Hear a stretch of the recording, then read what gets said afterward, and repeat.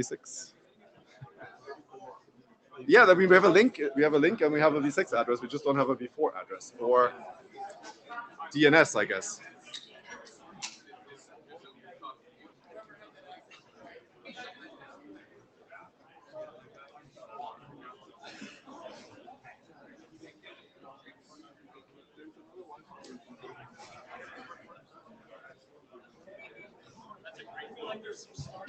So, Lars, are you saying that with just a V6 address, you cannot get work done? Apparently so. Someone should really do something about that. Yeah. So, spoiler alert: we're going to have a discussion about a V6 experiment for Vancouver.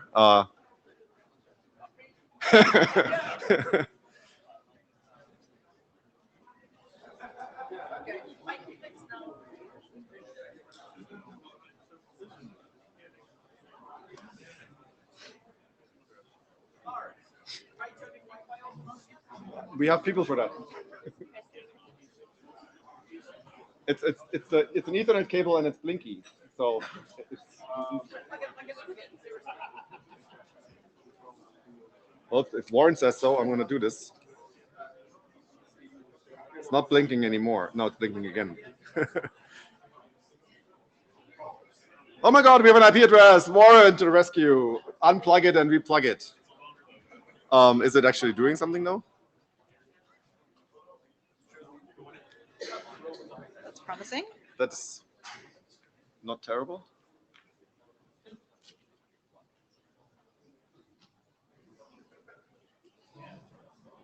No, it's not super promising.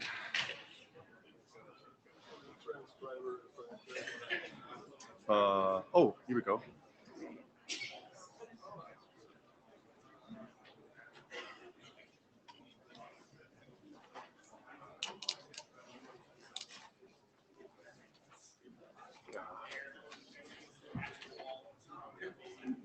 Okay. Yeah, hang on. This thing is not opening. They are apparently difficult to open. Yeah. This one works. Thank you. Well, thanks everybody, and thank you, Warren, for the unplug it and plug it back in tip that fixed the V4.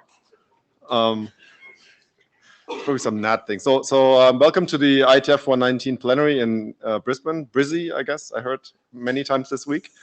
My name is Lars Eggert. I work for Mozilla at my day job, and I'm the Ietf chair for a few more minutes. So let's get started. This is the Node Well. This is a session at the Ietf, like the other ones you've been participating in already. There's various policies that govern your participation here in this room, but also in the Ietf overall. You should really familiarize yourself with these. Mostly you agree to follow our processes and policies. There's a disclosure obligation for IPR. You acknowledge, especially in this room where we have audio and photographers, you acknowledge that you might be recorded or photos or video might be taken of you. Personal information you provide, we will take our utmost care to do well with it. And you also agree to work well with others in this organization at all times, please. And if you are bored, there's a bunch of documents on the bottom that you can refer to and read. Online, if you're on MeetEcho, your audio will be muted and your video will be off when you join. Please unmute yourself only when you're in the queue and you're recognized as the next speaker. If you can, turn the video on when you're speaking. It sort of helps us sort of get a feeling for who you are and where you are. And if you have a headset, it is usually a good idea to actually also use it. And there's a whole lot more details about best practices for this at the URL at the bottom. We have a pretty full agenda. I think we have a 2-hour slot, if I remember correctly, and quite a bit of content to get through today. So I'm going to try and keep the presentation part to like an hour. So we have another hour for the various open mics. Sort of let's aspire to that. And also during the open mic, it sort of helps if you can be concise when you ask your questions.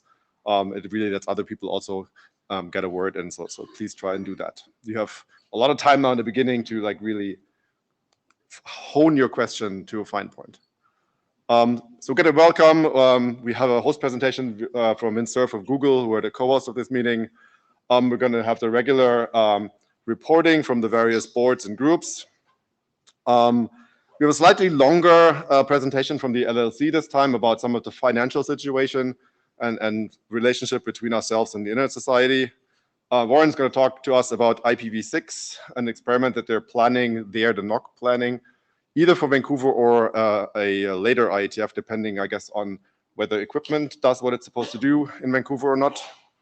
We have two brief in memoriam sessions, followed by the three open mics for the various bodies. And we're not bashing this agenda, so I'm going to move on. Thank you, everybody who makes this happen. As always, the Secretariat is doing excellent work. Been here for a long time. I'm getting an echo from somewhere. The Meet Echo team has been great at canceling that echo and many other things this week. The NOC has done a great job, helped me tonight with the whole plug the cable thing. Thank you, NOC. The LLC for basically paying for all of it and generally letting us run meetings very smoothly with good contractors and good staff. The tools team, which are a core part of the organization, partially staffed through LLC resources and a lot of support from the community. So thank you for that. And the hackathon, which has sort of become the unofficial soft open of the IETF on the weekend before, and it's sort of, I guess, everybody's sort of secret favorite part of the IETF week. So thanks for the people who run all of this. Let's see Vint and his video. Do I need to do anything?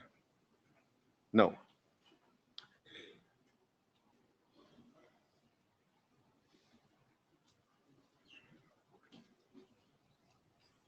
Hello, my name is Vint Cerf. I'm Vice President and Chief Internet Evangelist at Google.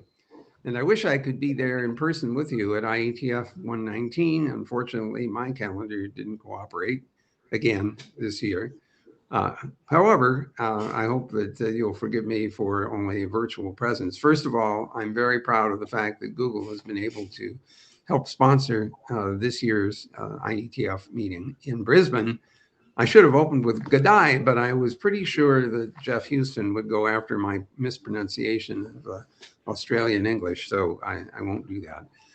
But I do want to observe why what you're doing is so important. The internet is sort of a 50-year phenomenon now, as you all know, that the first important paper published about it was in 1974 in the IEEE Transactions on Communications. And now we have 50 years later, a globe-girdling system.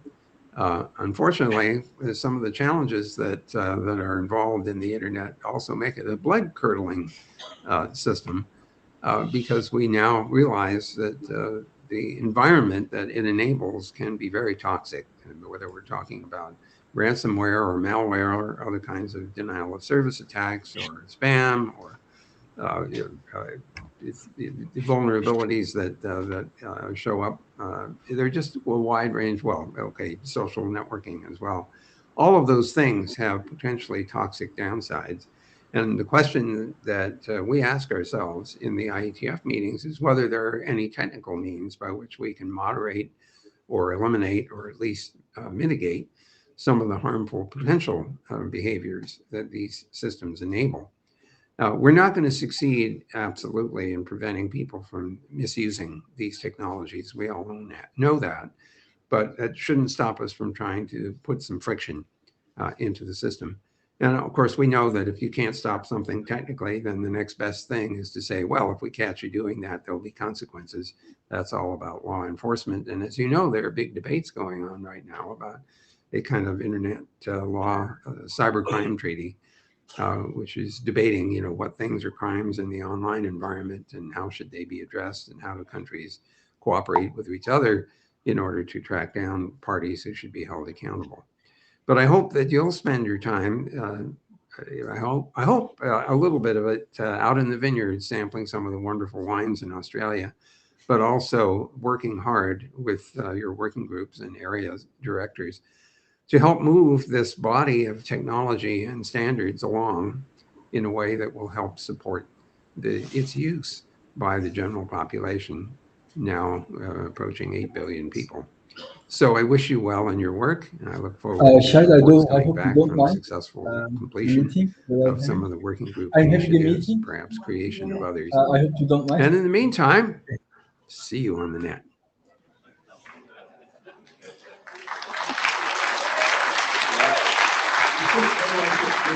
Yeah. So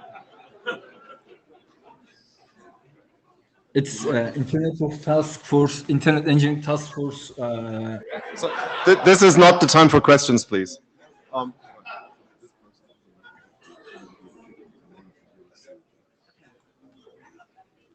All right, sorry for that, and apologies to Vint remotely for speaking over his video.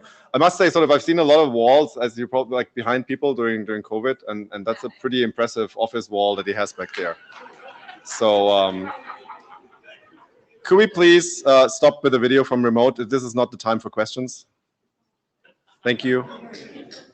But seriously, I want to thank Google. There has been some hiccups leading up to this meeting in terms of the host support. None of which is Google's fault, who weren't even part of the original set of hosts. But they came in very late. They supported us. They helped us out of a lot of trouble.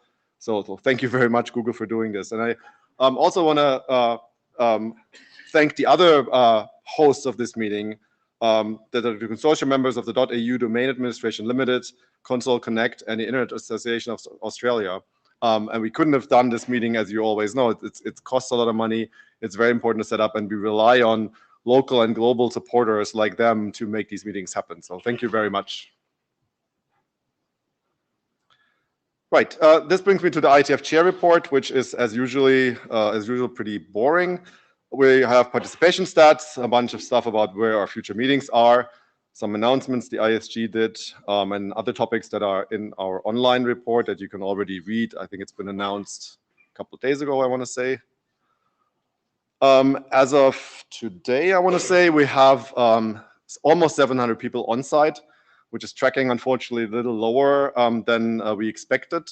But we did look back. It's been a long time since we've been to Australia, but already like 20 years ago, I want to say we were here last, we saw, unfortunately, a similar dip in participation. So it wasn't unexpected.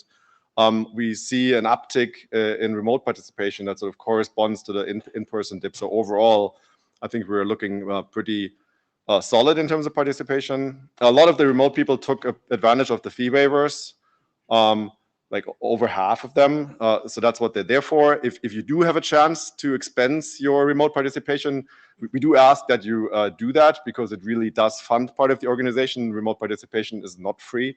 But those of you who do need the fee waivers, also please do take them. For the on-site fee waivers, I got 10 requests and I granted 6. Colin on the IRTF side had 1 request that he granted, and he runs a travel grant program, which is not quite the same as a fee waiver, that brought additionally 5 people in. And also the APNIC Foundation hosted or offered a grant program for people out of their region to attend the IETF, and they funded another 20 in-person attendees. So this is something that, you know, if you're hosting a future meeting in a region, this is totally something you can do, right? We're not going to stop you from doing that. So I think that is a very nice, at least first time we did this, worked really well. Hackathon 300, so over half the people on site were there for the hackathon already. It was a very successful event. As always, a lot of code got written, and a lot of sort of work on drafts and new ideas got started during this event already. This is the breakdown of participants between on-site and remote. You can see both of those are pretty heavily US-centric. We did sort of have a question this morning to the Secretariat, because if you look at the remote pie, there's a turkey slice on the bottom, which is surprisingly large, and we've not seen this. And it turns out there's, I think it was 50 people from a Turkish university that took fee waivers and are participating, which is great. So welcome to our friends in Turkey. I wonder if it's a one-off or not. So if you send us an email about why you're doing this and whether it's been successful for you, I think we would love to know. This is a slide that shows the meeting registration. Can I answer why I am doing this? Still not the time for questions. Okay. The meeting registrations over time. in the post-COVID period, starting with the Vienna Ietf, which had a very low in-person participation, to now, you can see that we're tracked down a little bit. But I think in the overall participation, we're still relatively stable. So we're going to see what happens in Vancouver and then in, I want to say Dublin? I think so. Yeah, that's right. But thanks to those of you who made it here. The ISG did a bunch of statements and announcements. We appointed Kristen Burden to the IETF Trust after asking for feedback on the candidates. We, yes, we rearranged the areas and we created the WIT area. And I think that tonight is actually when that sort of transition formally happens, with the transport area being dissolved in the data tracker, I guess also. It's already empty, but it still exists as an area. And we talked about the all dispatch experiment that we had on Monday. We announced that we were going to do it and took some feedback from the community. Thank you to those of you who sort of sent us feedback after we had it. There was a lot of good suggestions. It's not my show to run anymore. My expectation would be the ISG is probably going to try to do it again in some form in Vancouver, taking the feedback into account and running it slightly differently. Or they may not. It's, you know, I'm out. So it's their show now. We had 0 appeals since IETF 118. I'm very happy I can end with a 0 here. There's also non-pending anymore. And a lot more of the reports are available online in the data tracker, where all of our other materials are as well. And we have a blog that occasionally, I want to say weekly roughly, gets new content.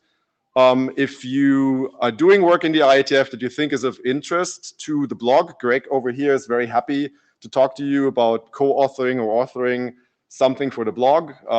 Get in touch with Greg or email the ISG and we'll get you in touch with Greg. We have childcare again at this meeting. It's been pretty successful as always. I heard good things. We have, I think, 4 kids that in the daycare at least part of the time. This is something we're planning basically to do forever. So if you have kids and you need to bring them or want to bring them, you can. There's no cost associated with this. We usually email out like a call of interest, so we can plan accordingly for the number of kids we expect. So if you see that email for Vancouver or for Dublin and you want to take advantage of it, please do. There's no cost, and it really makes it possible for people to attend the sessions that otherwise maybe had to be remote or maybe not attend at all. And that brings me to Mirja and the IAB. Or not. Oh, it does.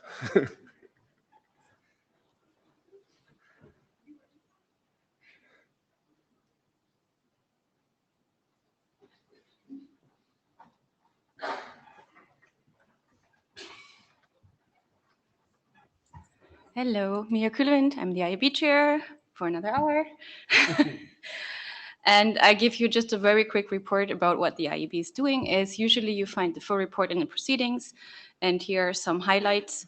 We just recently published, for example, 2 RFCs about workshop reports, so you should read them. We also published a statement about mandatory client-side scanning, which created some discussion, might be interesting. And we had an appeal and responded to it last year already. And then a really exciting thing, we have a new website. Yeah, I just thought, the website should halfway represent that we know what the internet is about. So hopefully that creates more trust in the IAB.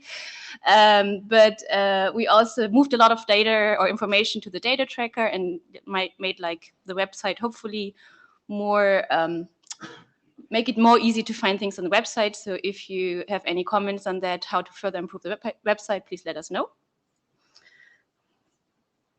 And then I'm already at the point where I would like to thank those people that recently appointed. So we appointed Peter Spesek or reappointed him for the ICANN Technical Liaison Group. We already decided about the ISOC Board of Trustee, but this appointment will be announced in April together with all the other appointments. And we reappointed Elliot Lear for the ISE. And then I'm also here to say thank you and stepping down as IAB chair. and announce that the new IB's chair will be Tommy Pauly. Congrats.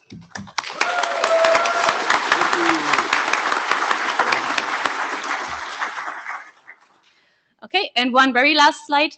You already missed the IAB Open today, and we have no program meetings this week, but there are the IAB Liaison Coordination Office hours in case you want to talk to some of us. But that's it from my side. Thank you. Thank you. Next up, Mr. Colin Perkins, Professor Colin Perkins.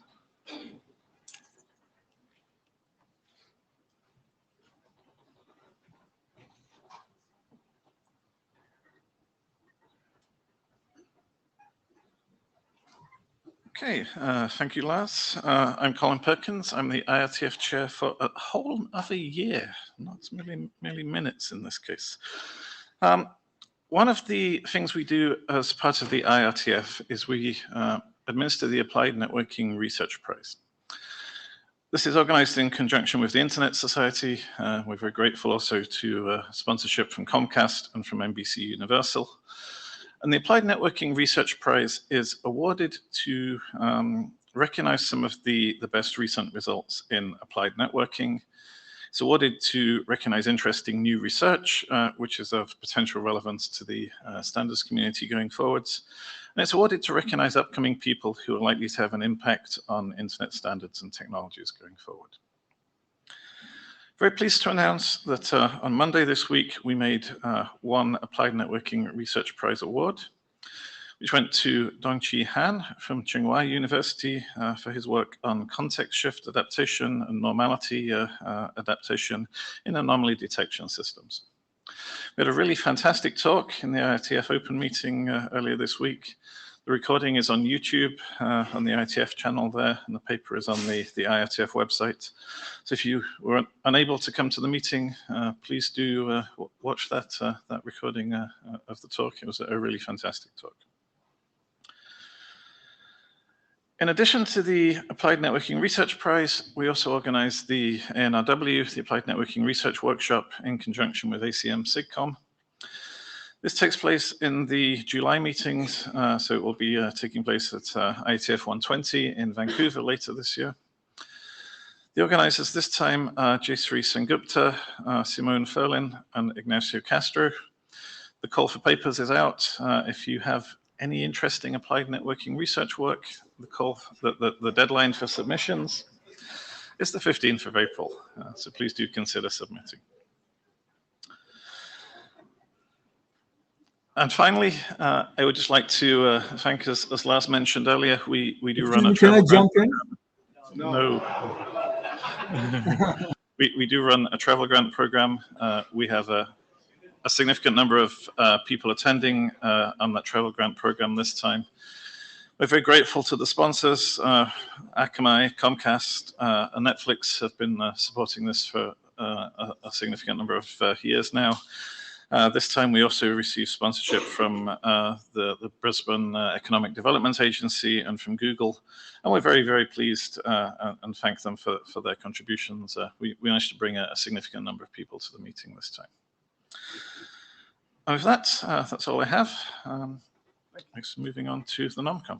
Martin. Thank you. Thanks, Colin.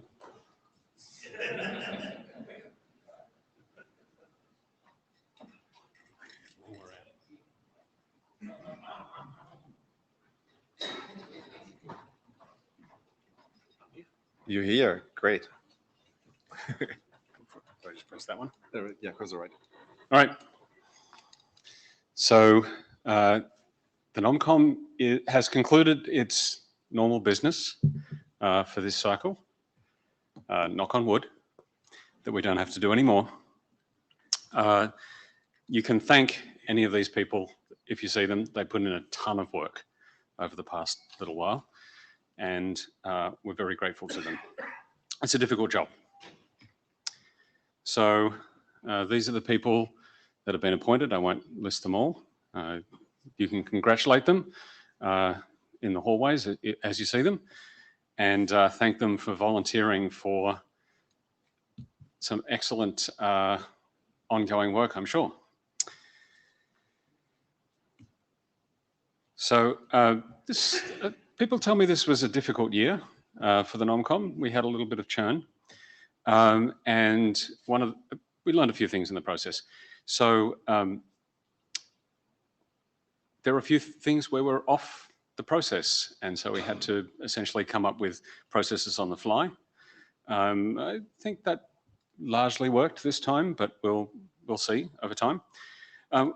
Thing to note is that a lot of this process relies on oral tradition and the people involved being generally very good. And I think I'm grateful to everyone involved for just how much support we were given. This only worked because we got so much support from the community. And I thank you all for that. Of course, we reject precedents and voting, except not in the NomCom. So that is a useful tool, I will point out. And finally, this only works because we are generally excellent to one another. So thank you, everyone.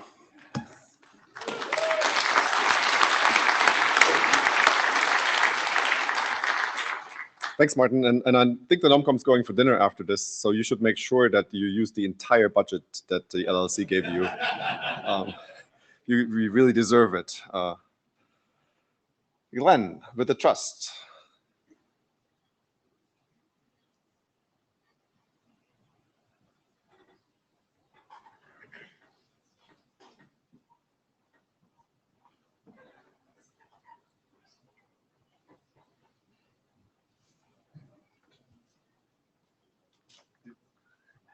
Not for you.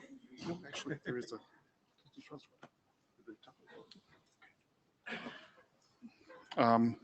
Hello, hi. I'm Glenn Dean, and I'm the chair of the IETF Trust.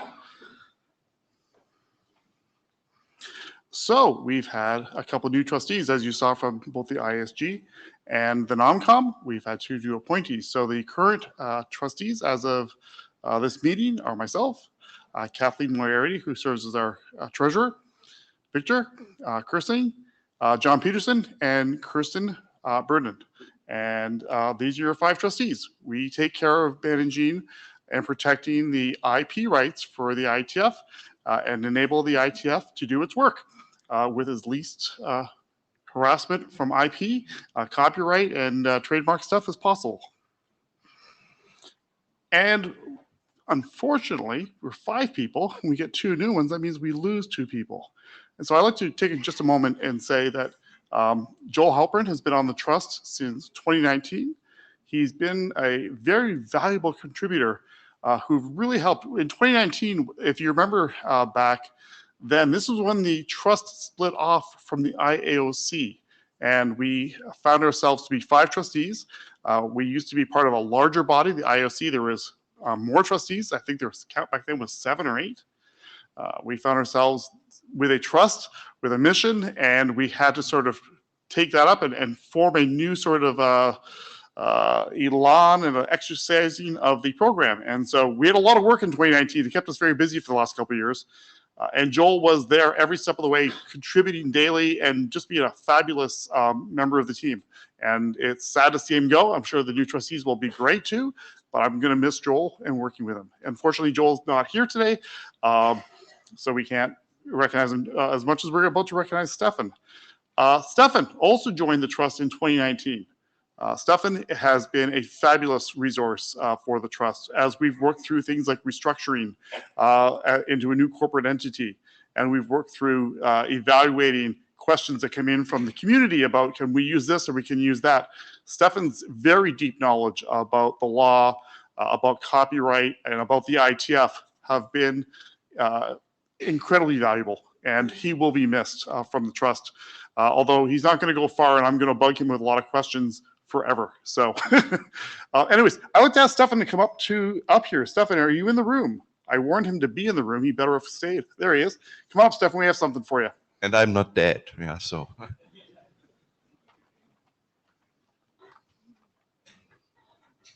Where do you want?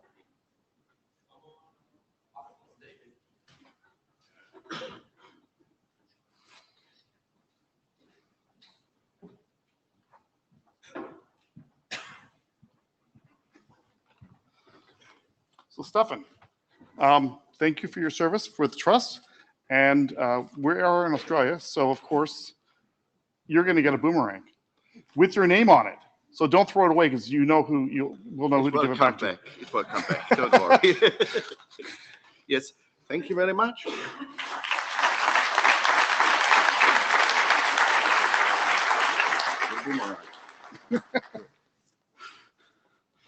Okay. So the trust is also very boring. We have things set up to be fairly automatic in that the copyrights assigned to drafts when they're submitted are all automated. We've flown to the system. We don't have to write individual agreements. We produce drafts and they turn into RFCs. They get usable without us issuing new licenses. So the trust successfully issued no new written licenses since our last meeting. This is exactly how it should be. It's a smooth, very efficient process. The only time we issue a new license is when we have to do something extraordinary out of the norm. So this is awesome. It means things are working as designed. We had one licensing request that came in, and it was from an external that wanted to use some stuff. We resolved that. We didn't have to write a new license. We pointed them at the process. They could already use the license, and they were all satisfied. And we successfully did not either get sued or decide to sue anybody. That's always a good thing. So it's been a very productive. The other thing I want to talk to you about is our restructuring. As you have been on this journey with us for the last couple of years, the trust did a public consultation with the community on should we restructure from a Virginia trust as we were operating since 2005. There's a lot of reasons for the benefits to both the IETF and to the trustees as well. To restructure is a Delaware not-for-profit corporation. That corporation got stood up in December of 2022. And I'm here to say that we are moving along very well. We are working on the final stages of moving over into the corporation. The money in January, the money all went over there in the budget. So the corporation's paying all the bills for the trust. And we are in the stages right now of transferring the copyrights, the agreements, and the trademarks over to the new corporation. So hopefully, our goal is by Ietf 120 in Vancouver, we're going to come back up here on stage and go, we're done. So the light at the end of the tunnel is being seen by everybody. It's pretty awesome. And we've also been doing some spring cleaning. So it turns out that if you're an organization like the Trust and have been around since 2005, you generate a lot of junk. And one of the things we found out was we had 6 pallets of stuff still in storage in Virginia. So last year we sent a team down to pull all those boxes and those pallets out, go through it, find stuff. We found a lot of stuff. A lot of it was junk. But we did find some good stuff. We found old proceedings from the IETF, paper copies that we're going to have scanned to fill in the blanks where there's missing proceedings or they maybe were scanned with poor quality. So that was a win. We found a lot of blue sheets when we used to do things on paper. We're going to get those all scanned and upload to Data Tracker. So that'll be part of our archive now, and we won't have to be storing paper. And we also found a lot of backup tapes. So LTO tapes. I mean, this is ancient history. We're going to go through that and figure out what it is. The stuff we don't need, we're going to toss. The stuff we do need, we're going to keep. But spring cleaning is going on. It's been underway right now, and the secretary has been really awesome helping us do that. And finally, if you want to contact us, there's our information. You can send us email. You can find me in the hallway, or you can come talk to a very lonely guy, because on Friday I'll be spending an hour in room 9. Please come and talk to us. We've done these hours for a couple of years now. I think we've had 2 people, maybe 3 have come. So let's make this the IETF that we get the most visitors to the Trust Open Hours on Friday. And with that, thank you very much. Thank you.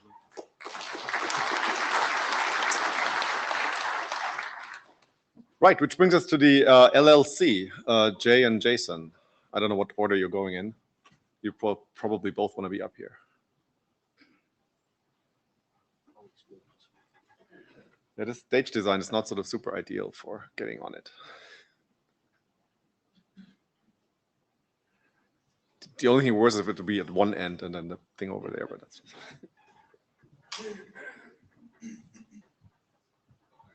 Thank you, Lars. Hello, everybody. I'm Jay Daly. I'm the IETF Executive Director. as this is Lars's last time, I'll leave him to leave all the jokes today, okay? Make all the jokes. So, first of all, a little apology. I did big up quite a bit before we came here how good the coffee would be from the baristas. Less said about that, the better, but thank you all for your support anyway. So, first of all, on to the IETF 119 hosts. So a big thank you to our co-host Google and our co-host consortium members of Outer Console Connect and the Internet Association of Australia. And a big thank you to our key local supporters, Brisbane, Australia, Tourism and Events Queensland, and our local host APNIC. Thank you.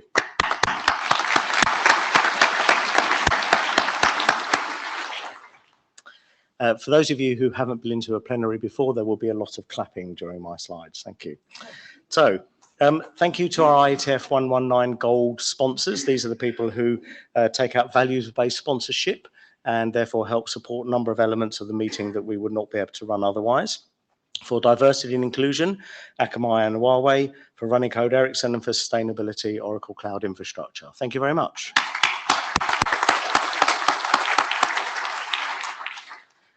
We also have a wide range of silver and bronze sponsors, so thank you very much to all of them as well for their ongoing support.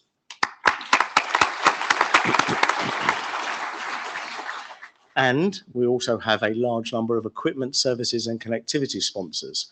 New, of course, to the list, we have Aussie Broadband, who provided the broadband for this service. They got fibre into the building. They've been trying to get fibre into the building for a while, so it worked out very advantageous to all of us for that. So thank you very much to all of these sponsors.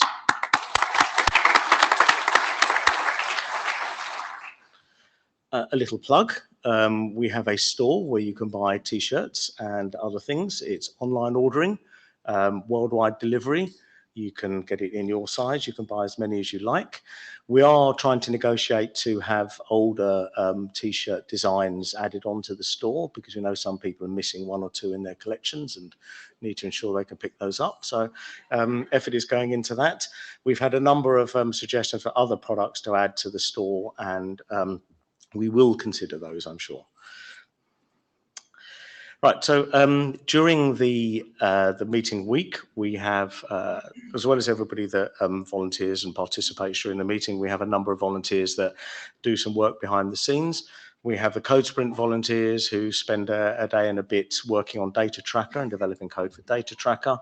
And we have the NOC volunteers who many of whom sit in a room throughout the meeting working on the NOC. So thank you all to all of those people and to all of their employers. Thank you.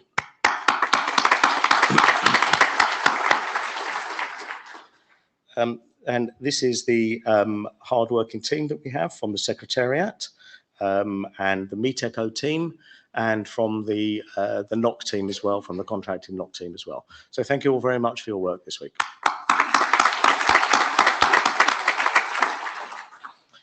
This is the staff of the IETF Administration LLC. Since we last spoke, Sang Ho Na has joined us as another senior software developer. Moving on. So for those of you that aren't aware, we have global hosts and global supporters who sign a multi-year commitment, 6 or 9 years, and who then host the meetings on a regular cycle. They're the ones for whom we receive the bulk of the financing for meeting sponsorship.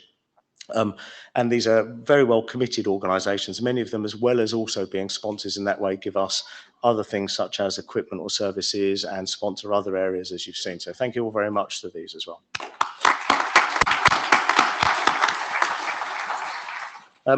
So for this meeting, we've made a number of improvements to our on-site experience. The main registration desk now opens on a Saturday morning. That's a seamless process. There used to be a smaller registration desk available then just for the hackathon badges.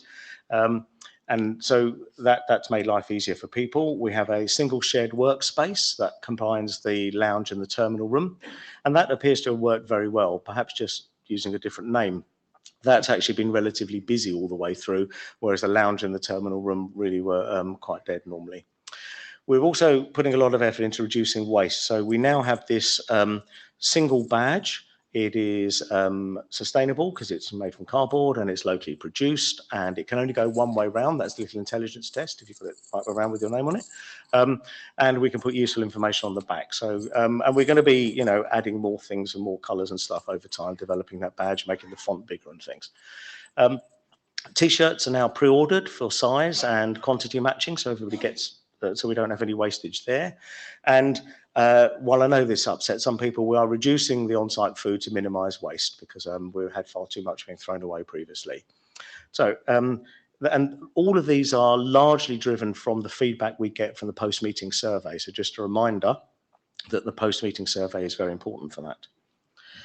So we have Ietf 120 coming up in Vancouver. We will be opening registration for that soon. This is one of those meetings where we strongly recommend that you try to take one of our rooms because of the prices of, we will have a much cheaper price than if you go other methods. And these are our future meeting locations and venues. So we have Vancouver in July, we have Dublin in November, and then we have the two of the reorganised meetings early next year. We have Bangkok in March and then Madrid in July. And we're hoping to announce the North American meeting within a few months anyway. So just very briefly, the little bit about the draft report on the 2023 community survey. So we held the third annual Ietf community survey from December 2023 to January 2024, sent it out to 49,000 email addresses, got over 2,000 responses, and that draft report is now available. And comments are welcome until the 8th of April. What I'm going to show you is just very briefly the key findings from that report. We're very interested in your feedback on these things. This is, you know, our interpretation of the data. You may have different views about that data. You may think different things need to be brought out from it. So that's why it's a draft report, to give the community a chance to comment on that and see well, what's useful, what needs to be brought out, and whether there's mistakes in the interpretation of the data. So very briefly then, the Ietf is good at delivering its mission and principles, but could do much better. So there is very strong agreement across the community that the Ietf produces high quality, relevant RFCs in an open and transparent manner. The Ietf is considered a very important organisation, and most astonishingly that it outperforms its peers in all respects. So we asked people a direct comparison. How do you rate the Ietf compared to other SDOs in a series of questions, and in each one of them the Ietf came out better. So I won't go through them all, but there are some more key findings there. Well, I will go through the bottom one actually. The Ietf still has a problem with gender diversity. We still have, you know, a small percentage of our participants here identify as women, and nowhere near, you know, the population, normal percentage of the population.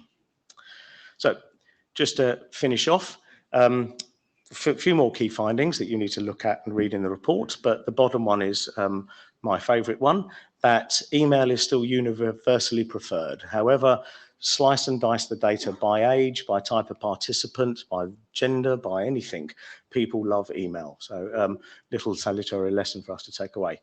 Okay, that's it for me. Thank you.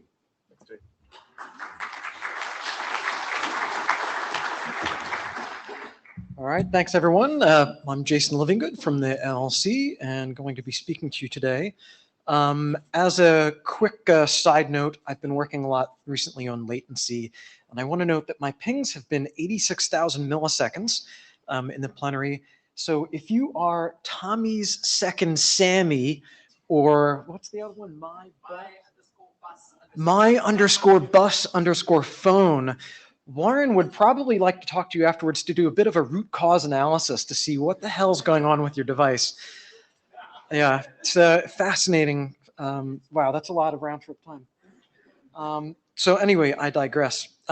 We wanted to first thank two departing board members, Maya Anulkovic, who's been with us from the beginning of the LLC, and Lars Eggert. So thank you very much, both of you.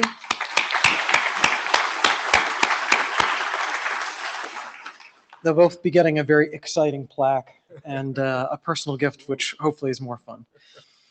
And these are the board members currently as of this week. The two new members are Roman and Shauna, who are joining Roman, of course, from the IESG, and Shauna appointed through the NOMCOM process. These are the regular schedules of meetings. We have our board meeting, regular one, coming up next week, and then our annual board retreat a bit later this year. That's in May. That'll be in Philadelphia this year. This is a snapshot of the end of year 2023 fiscal year. We're waiting on the audited results. The audit's in process now. But in general, good picture. We were a little bit higher on revenue than expected, a bit lower on expenses. And so the net effect was being about $750,000 net positive on the budget, which was good. I'm going to go a bit into things in a moment about long-term picture. In terms of Q1, since we're in Q1 now of 2024, we do expect to have a slight miss on some of our numbers because of the hosting issue that we had for this meeting. You know, you can kind of ignore the investments for a moment. That's really just based on market change. So current board work, we're going to talk in a moment in the next section about the ISOC support, but we've just finished an updated support agreement with the Internet Society. I believe that should be posted on the website, so you can read the details if you'd like. We're also working on closing some deals this quarter for fundraising, and we've begun to pivot from our more broad-based fundraising approach that we had been taking previously that wasn't bearing sufficient fruit to one which I would describe more as a more targeted one that's to industry segments, targeted sort of what are those segments of the industry using from a standard standpoint? Why do they depend on the IETF, and why was that important? And so therefore, you know, what are the benefits? And then we are planning to apply to the first round of grants that ICANN has. So they created years ago the GTLD program. They had, you know, hundreds of millions of dollars that came into the organization, decided to create a grant fund for that. And the first phase of that are these sort of smaller grants that are coming up now with a $10 million grant fund. So we intend to apply for that. But there's still a much larger grant program coming, which I'll refer to in just a bit. Of course, a wide variety of ways you can get in touch with us. No surprises here. So in terms of finances, I thought it would be a good moment because we're now 5 full fiscal years through the LLC being in place to do a quick check-in on, you know, what's the longer term? Because, you know, if we go back to this, we're often presenting what are the most recent quarter, month end, or year end. So it's sort of a myopic view, not really stepping back and looking at the bigger picture. So I'll skip through some of the slides in terms of being brief. You can look at them all on the meeting website. But if we look at 2024 as an example, ISOC is providing about $7 million, about $2 million in registration fees are expected, 1.6 million of revenue from sponsors, and $1 million of donations. And part of the reason that we talk about these things and we're going through this is we went through a process after COVID talking about meeting registration fees and increasing those. Why do we have fees for things like remote participation and so on? And we heard a lot of things in the community about, well, why do we even need registration fees at all as a source of revenue? Why can't everything be free? And, you know, we said aspirationally that was an important thing, but, you know, there's some challenges to that. And one of the things we were also asked is, well, why can't ISOC just give every dollar that, you know, PIR generates to the IETF? You know, why isn't that possible? So this explores that to some extent. The first off is thank you very, very much to the incredible support that we have gotten from ISOC over the years. This is an important and amazing commitment. This is all of the dollars that are committed, either that have been given to us under contract or that are now under the new agreement, which is through 2029.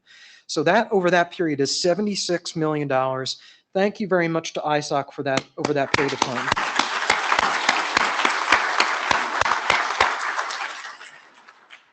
So really pleased with that, and that provides a real foundation for being able to do long-term planning at the IETF to invest in all of the things like improving the tools and processes, you know, continuing to have meetings and so on. And then let's look at our income, and this excludes over this period things like investments. Obviously, there have been ups and downs in the stock market. So we're really just looking at sponsorship income, registration fees, donations, and then the ISOC match. We can see very clearly a dip primarily related to meeting registration fees during the COVID time when we went full remote, and then we began to have hybrids again, and you'd start to see, meeting registration fees going back up.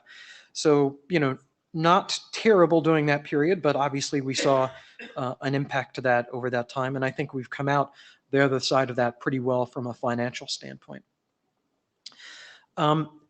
So let's look at this very simple view, and then I believe we have Andrew Sullivan remote who's going to jump in with a slide or so from ISOC. But one of the questions we got was, why can't just 100% of our meeting fees be paid for by the Internet Society? And one of the challenges with that is there's this thing called the public support test for nonprofits. And the important thing to ISOC, because we're a part of them financially and legally, is that to meet that, they require revenue from sources other than PIR. And one of those sources is the meeting revenues that we get from here. So that helps them indirectly meet their public support test. So with that, I believe, Andrew, we have you remote. If you want to go off mic and tell me when to go ahead. I think I have it. There we are. Hi, everyone. You can hear me? Yes, we can. Thanks. Yeah, so there is this public support test, and it's a requirement of the IRS. I won't get into all the details on here, but this is an important part of our function. Next slide, please. And the way that this works is that you got to have about a third of your income to be part of this public support. That's how you show you're a charity. And the Ietf is part of the Internet Society. So from the point of view of the IRS, you just are the Internet Society. That isn't true for legal reasons and so on, but for tax reasons it is. So we've been using this facts and circumstances test continuously and successfully since 2007. But if we were to increase the amount of funding that were available from PIR, which would be how it went to the Ietf, then that would cause problems for us. Next slide, please. So the thing to understand is that this is a very complicated calculation. It's not something that you can just kind of do on the back of your napkin because it's this 5-year rolling number. And you can see it fluctuates somewhat. One of the things that happened is there was a big contribution to the Ietf from the Internet Society, or from the foundation really, in 2018. That's rolling off, and so you can see like there was this big drop around 2015 to 2019. That's rolling off next year, so things will go back up, and we'll start to see improvements on this as well. And that's part of the reason for the long-term investment that we try to make in order to keep things even. I'm not going to go into a lot of detail here because I understand we're short on time, but I'll hang around. So if there are questions later, I can certainly answer them. Great, thank you, Andrew. So continuing on, the related question that then flows from that is, is there a challenge with the tax and ownership, aspects of this in terms of us being a disregarded entity? I will just say that it's extremely complicated, and any change from the existing financial or tax status of the LLC has impacts and is difficult. So I will say that we are going to study that, but we know from talking to ISOC that it's extremely complicated and would be very difficult and probably not have a perfect outcome to make things magically better from a public support standpoint. So that leads to what else to do, because we're sort of at that limit of what you can take from ISOC over time. And the first is to develop a sector-specific approach that I mentioned. And I'm going to give an example of that, which is the domain name industry. Now, the Ietf created the domain name standards. We create lots of new resource records that drive demand. And all of those things, stave off the rise of alternative naming systems and all of those things. So by extension, ICANN, TLDs, registries, registrars, all of those organizations are likely target segments here, and have a focus to make sure that there's continued growth in the DNS, continued demand for domain names, and all of those sorts of things. And so in the grand scheme, and I don't mean this as a negative necessarily for the domain name industry, but across all of these segments, what we're trying to move people from is sort of moochers in a way to boosters, right? People that are just sort of using the standards, making in many cases billions of dollars, but not contributing back to the organization on which they depend from a standard standpoint. So we'll be creating, very targeted messages to go to those segments, with the with DNS being one of those things. And we are also in particular looking for multi-year commitments from those organizations. The ultimate goal is to develop a base of organizations that are contributing essentially an equivalent to what ISOC is able to do for us today. So we are doing that, and we'll of course do some of the documentation about some of the challenges that would be entailed in making any material change to the existing financial or tax structures. And I anticipate having some readout at the next IETF meeting, and then that being a regular readout, because the fundraising is really just becoming our main focus at this point. And I'm sure we'll get some questions later on. So that is it for us. Thank you very much.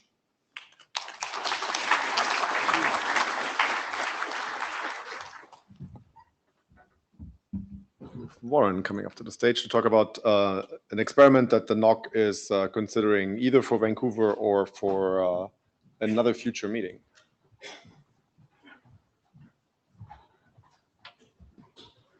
Thank you, Warren Kamari, wearing my NOC monkey hat. And also, would whoever's got the Samsung called Tommy's Second Sammy, please turn it off? You're somewhere over there and you're squatting over a bunch of channels. So, don't know what that was. So this is a proposal from the IETF NOC to move to an IPv6 mostly network, because we think it's time. And you might remember us from such presentations as moving from .1x to WPA 2 and 3, which we did in Prague and we're still doing now, and seems better, other than, people who turn on their radios and won't turn them off. So what is this IPv6 mostly thing anyway? Basically, clients that can operate without an IPv4 address signal this fact to the network. They include DHCP option 108 to tell the network that. And then assuming the network supports NAT64, it replies also using DHCP option 108.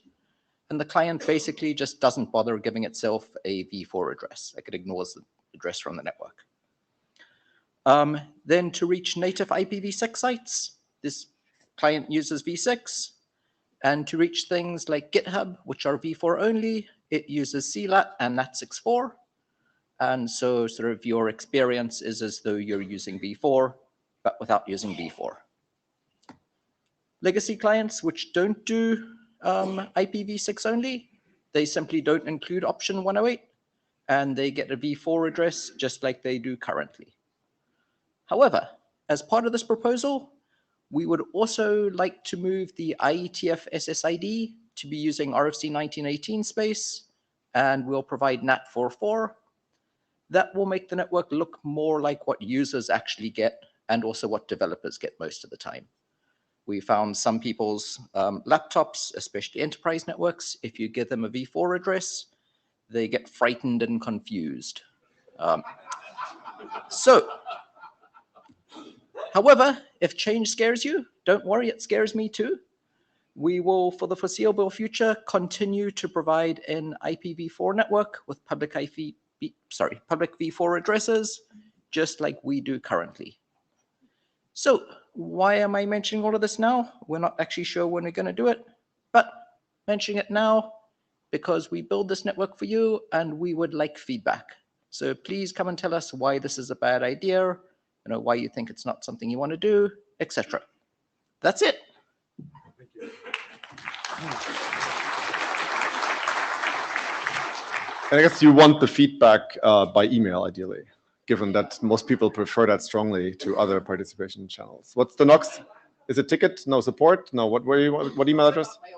Warren's going to send out email to everybody. Excellent. Right, which brings us to one of my least favorite bits of this. Vint mentioned, right, we've been around for 50 years, and that means that some of our early participants, and unfortunately also some of our not so early participants, are getting older, and some of them pass on. So we have two participants that we want to recognize today, and I want to ask the people that are going to give a brief note about each of them up on the stage, and we're going to do a moment of silence for them afterwards. Going first. Okay. Cursor right. Cursor right. Okay, so I'm honored and obviously saddened to be here tonight to talk about Dave Mills, who passed away earlier this year.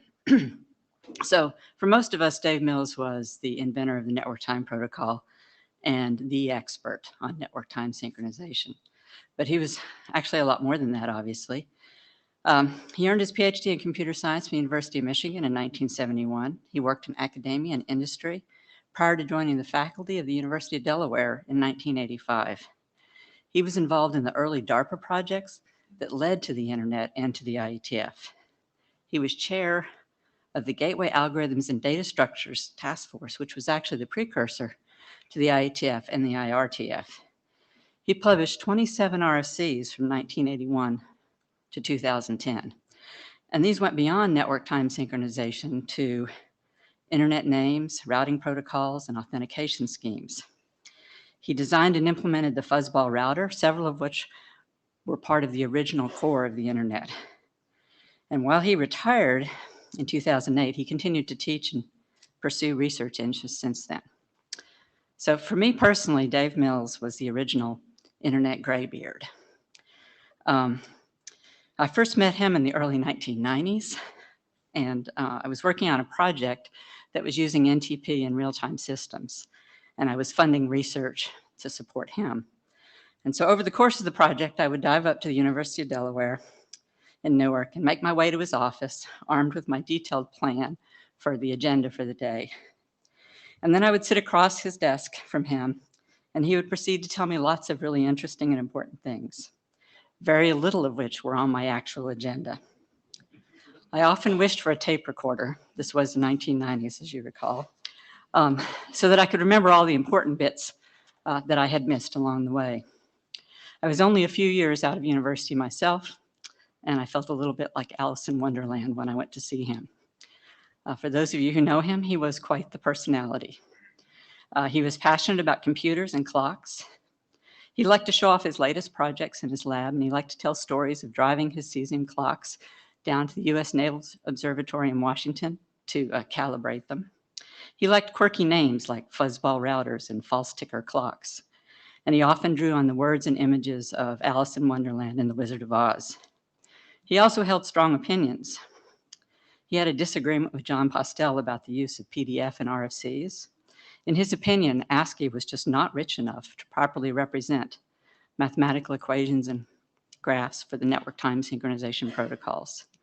The agreement we made with him to get NTPv4 and the AutoKey RFCs published was that we would handle all the formatting and tooling, and he would provide the text and review. He was fighting for additional formats for the RFCs long before the IETF was ready to cross that bridge. He had poor eyesight his whole life, and he eventually went blind, but he last came to the physical IETF in November 2004. While he didn't walk the halls in recent years, he did keep an eye on things, especially the NTP working group, and he would pop up every so often to inform us of the errors of our ways. So he was one of the early giants of the industry, and he will definitely be missed.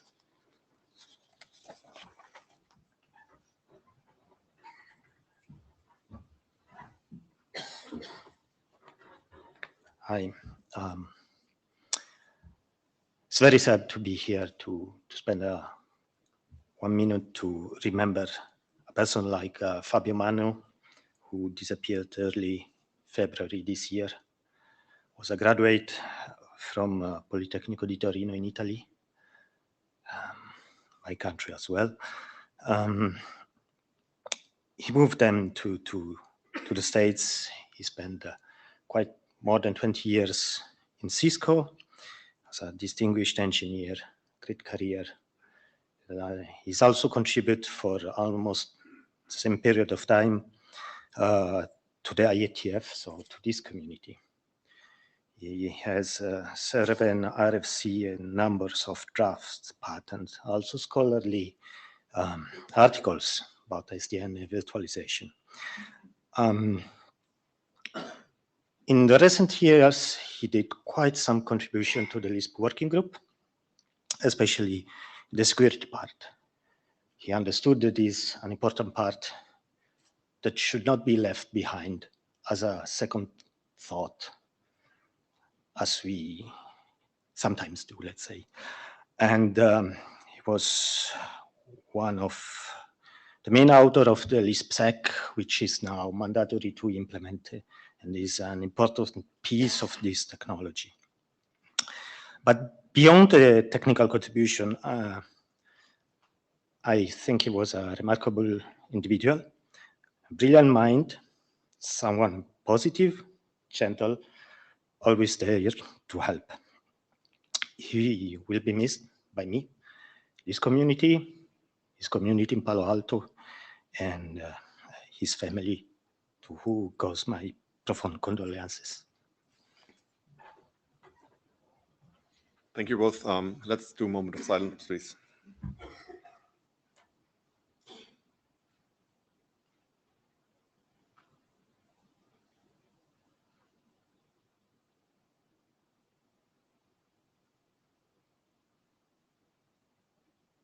Thank you.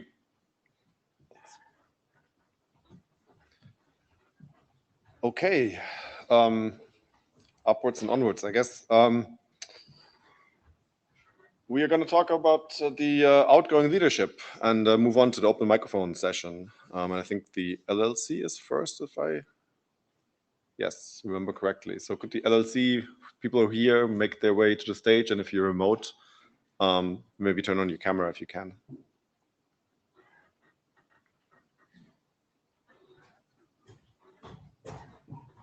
So if Maya isn't here, she asked that she is excused. She's on travel somewhere in Europe, and she wasn't sure whether she had connectivity when the plenary happened. So I don't know if we have her or not. Oh, she's not here. Okay, so right. Am I running this? Sorry. No, don't run this meeting. We'll run it. That's my, Okay. Yours is mine. I don't know. Not mine. All right. I was going to close it. Do we have any questions in queue? I don't see any. Jonathan. I see Jonathan Lennox.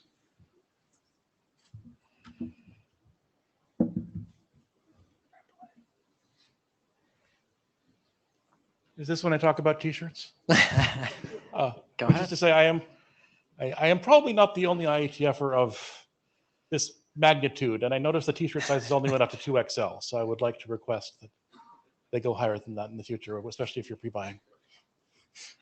Sounds good. Thank you. Thanks. Anyone else? Going once, going twice? Sold. Thank you. that was good. All right. Brings us to the ISG. Could the incoming and outgoing and everybody with a yellow dot or who's about to receive a yellow dot come to the stage, please?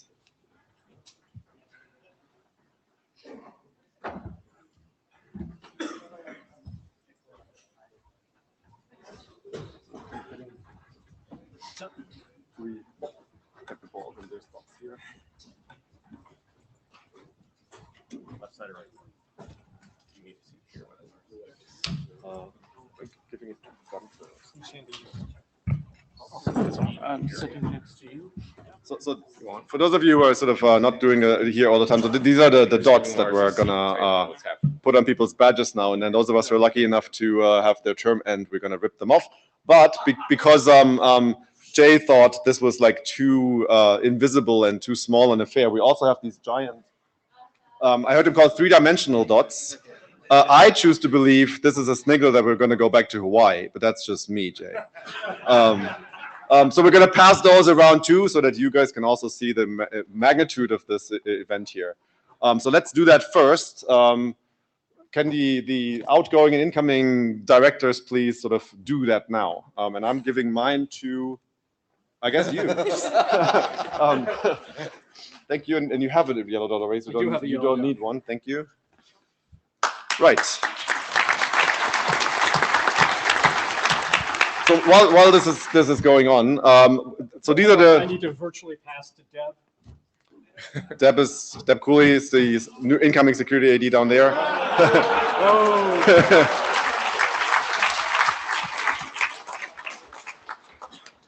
Nicely done. So we have 4 outgoing members this time around: Andrew Alston in routing, me and Jen, Martin Duke in transport, and Rob Wilton in ops and management. I have a slide for each of them. So Andrew brought some much needed diversity onto the IASG, because he is our first AD from Africa who lives in Africa. And he's also one of the rare cases where we actually have a person from a large operator on the ISG. And both of those things were really bringing valuable input to us. And he's really done a stellar job. And I thank him for his service. So Rob Wilton taught us all a whole lot about Yang, because I actually thought it stands for Yet Another Night Gone after doing the reviews for these. And Rob was also the AD who kept probably the closest eye on the page count for every given telechat, because we have a limit. We said we're not going to review more than 400 pages a week. Yeah.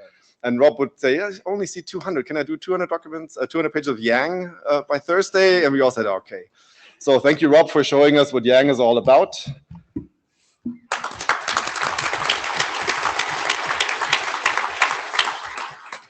Martin Duke, who did something that very few area directors manage at the end of. So we have had cases where people like close a working group they don't like at the end of their term on the ISG. Martin actually managed to close his area, which is quite a feat. It's not done very often, but he's also he's taken on a lot of things for the ISG that maybe aren't so visible. Like, for example, the all dispatch experiment we had on Monday. Martin played a big role in making that happen, and he's not been shy of taking other things onto the ISG. So it was really great. So thank you, Martin.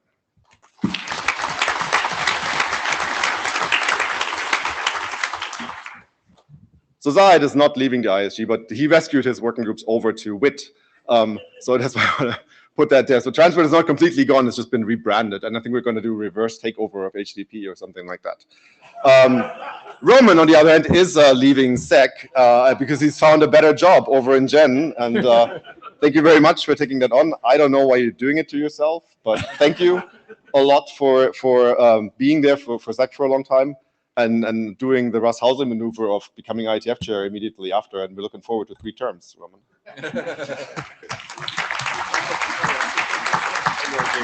And this is mine. Anyway. So that meme is here because at any given point we're in a meeting and Lars is pretty much hacking on new code in the data tracker, pushing it in production. And by the time we get to the end of the meeting, it's running. The question is it actually doing what he thought he did when he pushed it in? But we really appreciate it kind of anyway.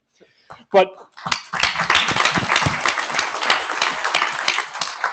so I wanted to say a few more words about Lars because it's a heroic duty to be IETF chair. He's been our 10th chair serving for the last kind of 3 years. But this last role is really one of many years of service, as you know, here at the IETF. Prior to being chair, he ran a little working group that had a lot of promise called Quick. We're hoping it's going to get some deployment. After that, before that, he served as IRTF chair for 6 years. Prior to that, he was TSB AD, and he also ran some working groups before that. So this is a long kind of line of collecting, I think, stream managers. I think we were talking, I think ISC is next after a little bit of a break. Who's we? IUB chair. But in all seriousness, it's been an unprecedented 3 years that Lars has led us through. You know, we're standing here in a room in person, And for perspective, when Lars started in 2021, we were 4 meetings deep into being virtual with no idea whether we were going to get back together, when that would occur. He had a team of ADs who were ADs for like over a year, and they had never been to a face-to-face meeting. And what Lars really pulled off, for a lack of a better term, he pulled off the IETF return to office. So here we are kind of in hybrid, for better or for worse, like all return to office. But the thing that I think I really want to highlight that Lars did, he pulled off all of the good things we got from the remote part. With remote, we pulled in a lot of other new people in the organization, and we've been able to keep them. So we have all the benefit of the participants we had before, and then the enfranchisement all the other participants we have. So that was phenomenal. The other place where we've really benefited from Lars's vision is broadening the perspective of what is the IETF beyond traditional things like routing and addressing. He's really focused on broadening that reach. We've seen tremendous growth under his tenure in SEC, in art, bringing open source kind of closer. And that just really increases the impact of what the IETF is doing. So in short, I just wanted to mention, across all of Lars's leadership roles, there's been this common thread of dedication to getting it done, really looking forward to the vitality and long-term success of both the IETF and the multi-stakeholder internet governance model. So Lars, kind of thank you, really what you've done. We will really be resting on everything you've done for us for a long time and how you've transformed the organization for us. So thank you.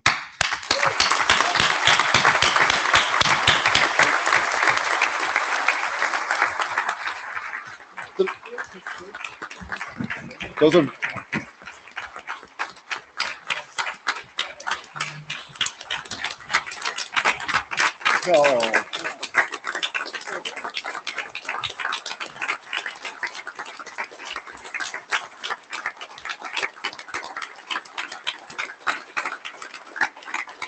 Thank you.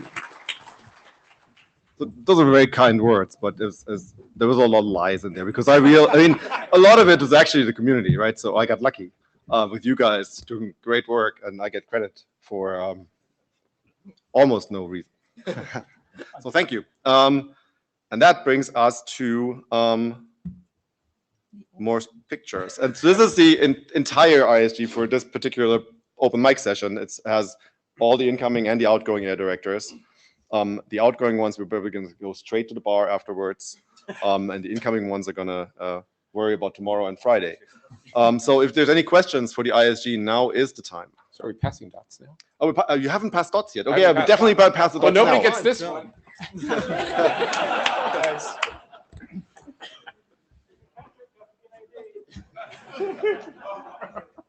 Would you like it? Yeah?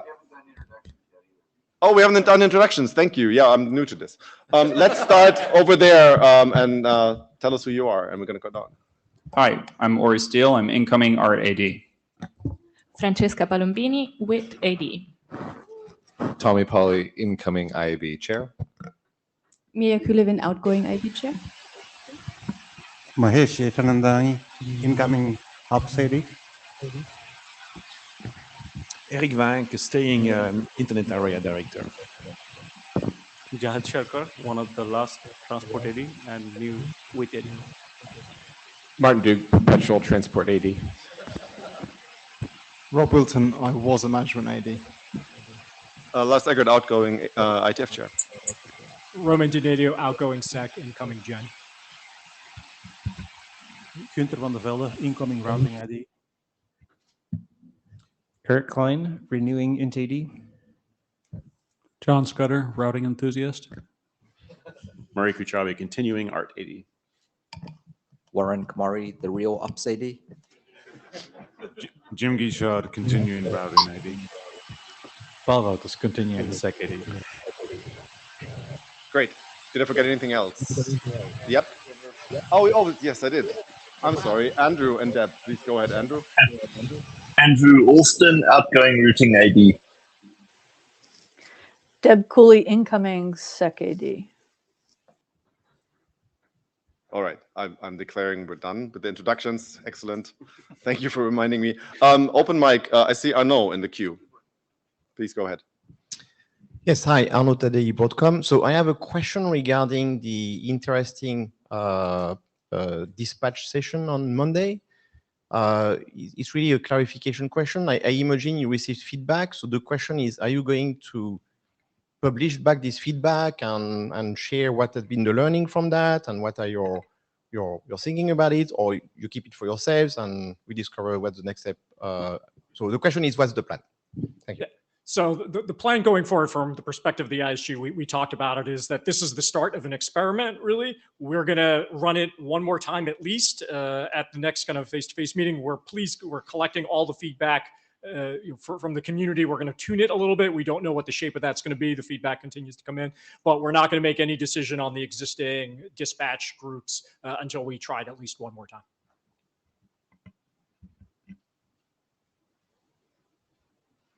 Anything else for the ISG?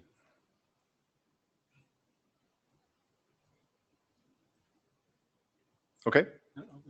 Yeah, up to Salam. Go ahead. Abdul Salam.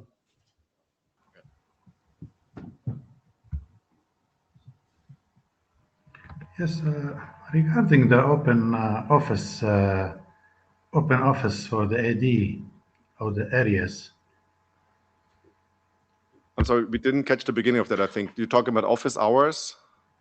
Yeah, the office hours on the agenda of the meeting for the ADs or the area open hours. I cannot remotely access the session, let's say, or the room. Let's say if I want to ask some questions or discuss with an AD some issues, I'm not remotely. I cannot do that. If there's a way, please tell me. Thank you. No, that's a good suggestion. I don't think we have, frankly, thought about that, but we can certainly look into making Meetecho available. It requires probably a bit more planning with the Secretariat and Meetecho teams because we need to light up a few more rooms, but that should be doable. I don't know if I can promise it for Vancouver. I can't. Well, some office hours are using WebEx, okay, but maybe not all of them. But anyway, right? So let's just be sure that any AD, speaking for my colleagues, are approachable. We are human beings. We got an email address that you can find in the data tracker. You can send an email to us, and we are happy to reply to it and to get a one-to-one WebEx or Zoom or whatever you want. We are human beings after all, right? So don't hesitate.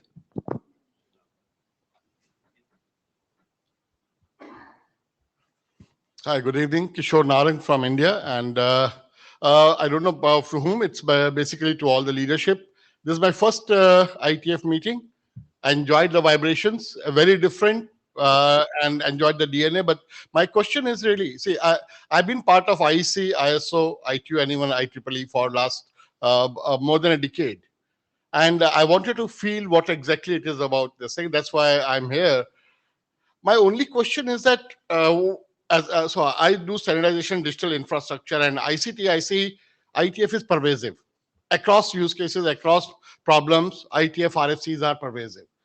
But we do not have any structured liaison relationship collaboration with any of the global SDOs. We do not, we pick and choose out of our own limited knowledge of some IETF RFCs for building our own stacks for whatever use case, whatever requirement it may be.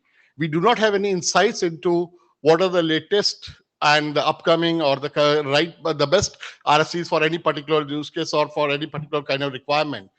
Do we have some kind of a structured tutorials that people can refer to, or maybe we can have some collaborative this thing where we can have some structured give and take guidance to the other SDOs stakeholders, how to leverage IETF's latest work done and innovative tomorrow?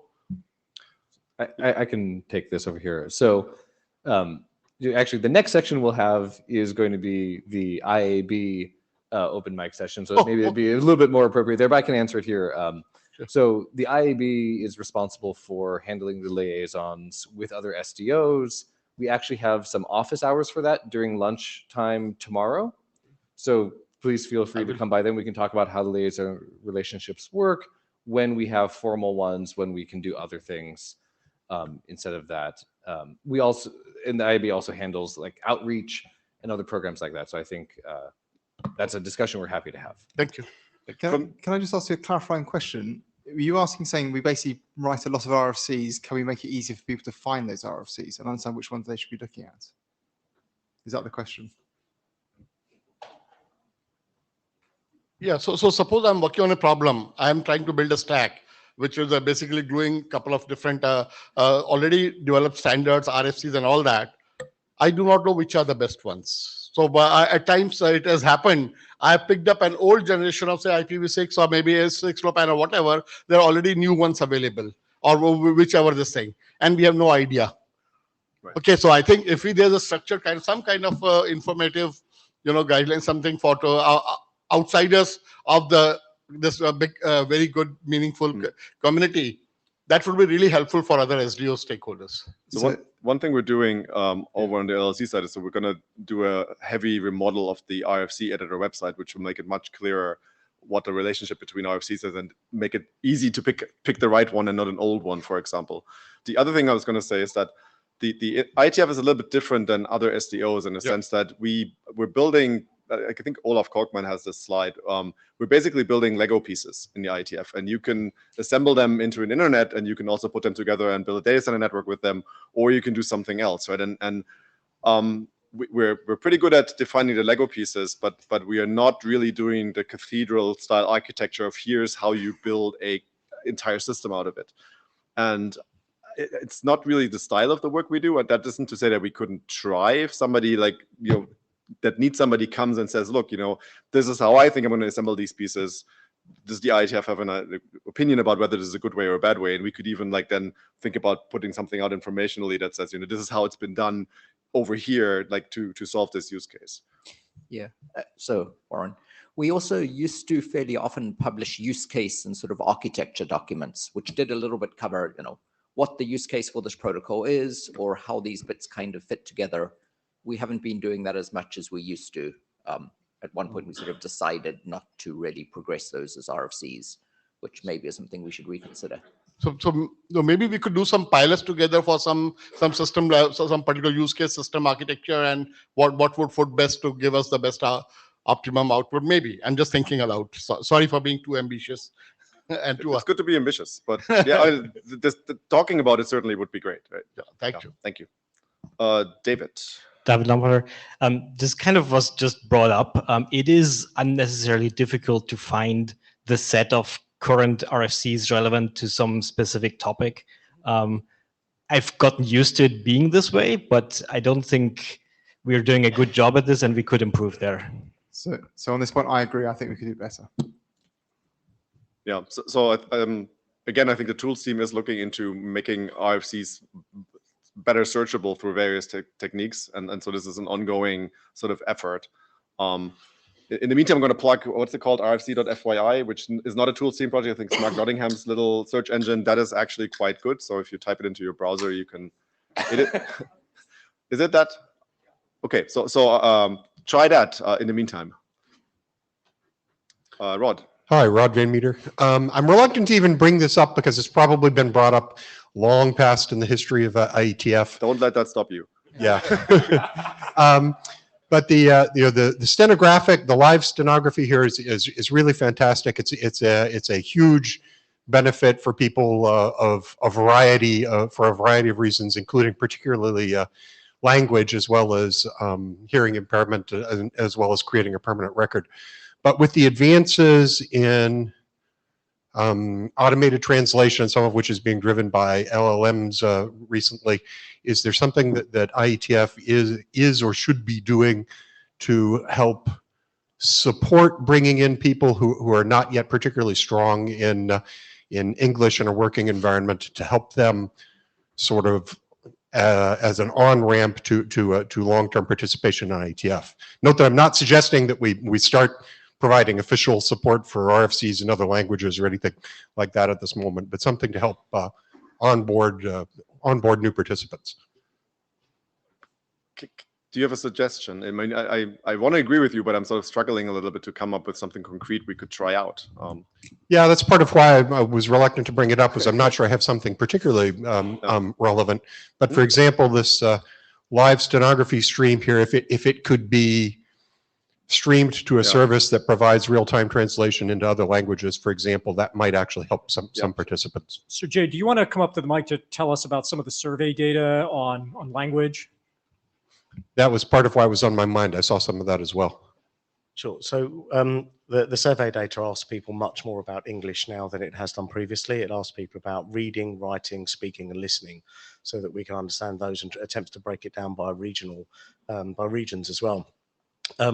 So we have two forms of transcription that are used by Meetecho. We have the human one, which is what we have now, and then the rest of it is machine-based transcription, and that is still being optimized to get a better result from that. We have a lot of technical terminology, we have a lot of fast speakers and other things, and it's going to take some while, I think, for that to be trained. That is really sort of a precursor to then us having automatic language translation then on the back of that as well, for people to be able to use that. It is our understanding from the data that it is the verbal side of things that is the biggest issue for people. And the next issue then is writing English to participate in a list. And so that's where we'd like to use the technology to adjust that, but we're a little while off being able to do that. Thanks, Jay. Thanks. Chanji? Yes, can you hear? One question, like the dispatch at the beginning of the meeting on the Monday for the plenary, from there I can learn a lot of things and know, okay, something will be raised along the week. So the thing is I'm asking is the similar thing can be applied to the SAM meeting. I know SAM meeting is not official one, but there are so many SAM meetings along the 5 days, and then hope maybe the ISHG can consider to put a similar session for the SAM meeting organizer to give like 5-10 minutes to introduce in a plenary such that, you know, participants can arrange their timeline. Thank you. So one function, if the intent is a 5-minute pitch on work that is potentially in a working group or a new start that might be a candidate for the side meeting, might sound good for Hot RFC, which is already happening every Sunday night where everyone gets a 5-minute pitch. Yeah, and on the topic of side meetings, right? So the IETF/ISG will make these rooms available for the community to have meetings on topics basically of their choosing, and we try to walk a pretty fine line to not make them too official, because there have been confusions in the past where reports went out that the IETF is starting work on something when in reality it happened at a side meeting. And so one thing that got raised, for example, why don't side meetings get Meetecho? And one of the reasons is that would make them, for especially remote participants, very indistinguishable from actual official IETF sessions, unless we like completely brand Meetecho differently. And so it is sort of an ongoing discussion and optimization cycle of how much resources we put towards allowing side meetings to be successful, and while still making clear that they're not part of the official IETF process in any way. And so we're taking suggestions, right? If we can tweak things, that we, for example, provide the meeting owls now, which we didn't we let people set up their own conferencing systems. So there are things that we're trying to improve, but we also want to make it very clear that side meetings are not official. And so there's certain things we are hesitant to provide for that reason. And I see an empty queue. Anything else? Well, thank you. It's time for the entire IAB to come up, please.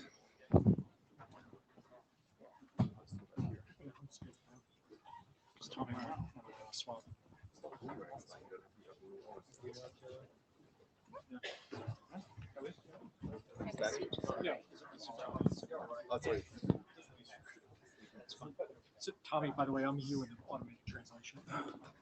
Yeah. How's it feel? Feels like more heroin.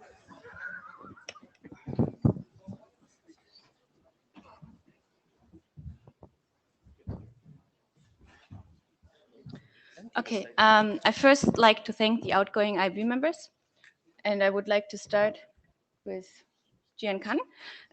So Jian Kan joined the IAB 2020, so he's there for 4 years.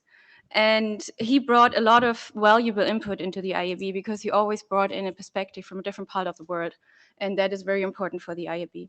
And not only that he brought in a different perspective, he also went out and promoted the IETF in all parts of the world. So diversity is really important for the IAB, and so his contribution to it was also very important. He also joined the program committee of the impact work, which is just picking up. So great contribution there. He's a member of the Ietf IENA group. And in general, thank you for joining or for serving on the IAB.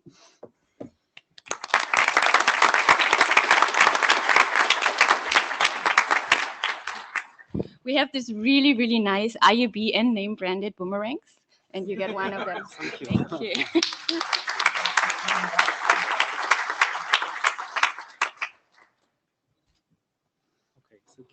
Thanks. And then I would like to recognize Mallory Noddle, who is unfortunately not here. She's online. She joined the IAB 2022, so 2 years ago. She was very active on the IAB ISOC policy program, and she still will be. We were keeping her there. She was also our tools liaison.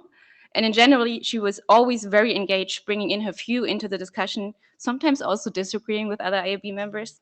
But, you know, I think this is a really important part for the IAB to have different views, different opinions, and to talk through us. And that makes the outcome of what we did do in the IAB just better. And I think you've seen that in many, many statements and work we've done over the last 2 years. So thank you very much, Mallory, for being on the IAB. And we will...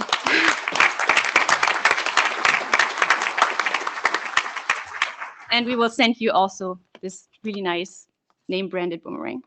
So at least you get something from Australia.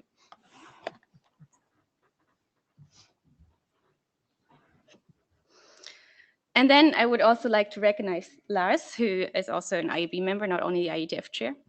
He was also part of the IAB ISOC program, the IENA program, because you have to be there, I guess. You wanted to be there, okay. But he was also very engaged in everything and all the discussions we had, and he was always taking a step or holding the flag for the ISG. So that is an important role, I think. But I have to say, I personally really enjoyed working with you. Somehow my whole history in the Ietf is connected to you. So you were the transport AD when I joined the Ietf, and you were my co-chair of my first working group. And so I also enjoyed the last 3 years together with you. So thank you very much.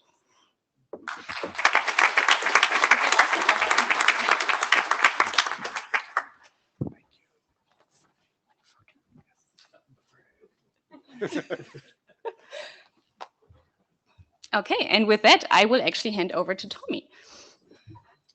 All right. Thank you. Please take my seat. Yes. So before we move on, and we can, I guess, do I go to the next slide? Yeah, there you go. Okay. Anyway, so the first thing I'd like to do as the new IAB chair is to thank Miria for her 4 years of service to the community in this role. So 4 years ago, I joined the IAB at the same time as Miria. And I have to admit, it was a chaotic time. For myself personally, I had a 4-week-old baby at home. And so that was the worst jet lag I've ever had for the IETF. And I was on the same time zone on it. But for all of us, as we heard for Lars too, it was only weeks into the global shutdowns of the COVID-19 pandemic. And so those first couple of years of Miria's term as IAB chair were an unprecedented time for the IETF, but she rose to the challenge and guided the IAB with skill and grace. And what I appreciate most about how the IAB has changed under Miria's leadership is in its commitment to openness and transparency to the whole community. Miria put the IAB open meeting into the main agenda that we have each IETF week as a place for the IAB to share updates on liaisons and documents and workshops, but most importantly, to listen and hear feedback from the whole community. And the technical programs that we have in the IAB are now open for anyone to contribute. And Miria also helped run 6 IAB workshops during her term, which I think is a record for any IAB chair. So I'm very grateful to have learned from her example, and now get to continue that ethic of openness and collaboration. So I'd like to now present Miria with a small token of our appreciation. We have 4 bars of handcrafted Australian fine chocolates branded for the IAB as Internet Artisanal Bars of Chocolate, 1 for each year that she served as IAB chair. Best present ever. Thank you. So with that, we have our IAB open mic. Actually, yes, let's do the introduction. So let's start Want me to the, start? please. Yeah, Matthew Bocci incoming. Continue IB. Jianhaya outgoing IB. Suresh Krishnan continuing. Alvaro Ratana continuing. David Skenazi, IAB. Colin Jennings continuing. Mia Kulevin, just IAB member. Tommy Polly, IAB chair. Roman Dinero, IETF chair. Lars Eckert, outgoing IETF chair. Wes Hardeker continuing. Colin Perkins, IRTF chair. Dhruv Dhodi, IAB. All right. Any, remote. Alyssa, do you want to start us? Alyssa Cooper, incoming. Mallory. Mallory, nodal, outgoing. And Chris is not able to join us tonight. All right. Any questions for the IAB?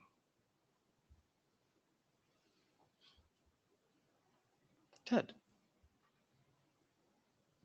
Ted Hardy, this isn't a question. I just wanted to say that the IB open session today had a speaker who was absolutely phenomenal in explaining a very difficult set of security problems. And I really appreciated the effort from the speaker. And I wanted to thank the IAB for arranging it. Thank you.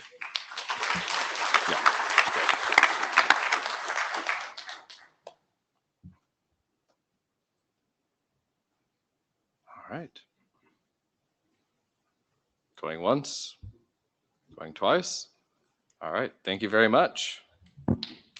Have a great rest of your IETF week.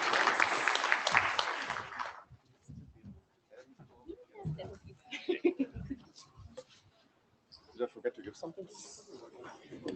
Thanks, everyone. Have a good rest of the meeting. Safe travels home.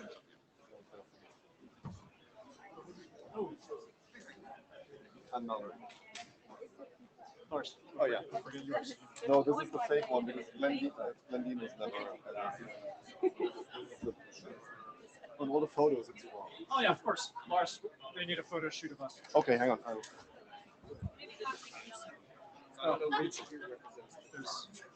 Holding a yellow ball, we have one spare. Oh, passing the ball. So you're supposed to pass to me.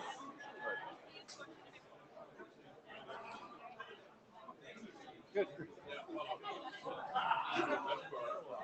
Thank you. Thank you. All right. All right. You did it, man. Thank you. Thank you. Good. Thank you.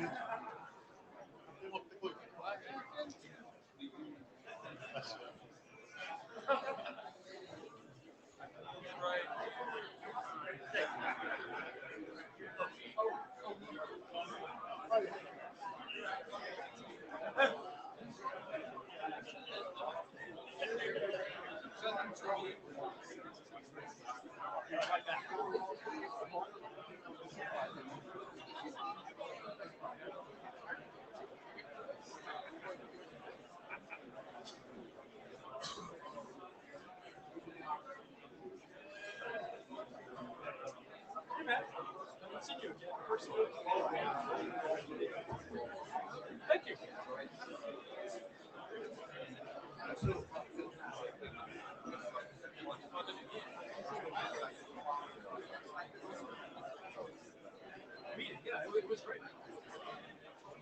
Oh, yeah, it was fabulous. Like, I like the compare and contrast. I particularly like the way you said, and they do this many things in a much shorter story.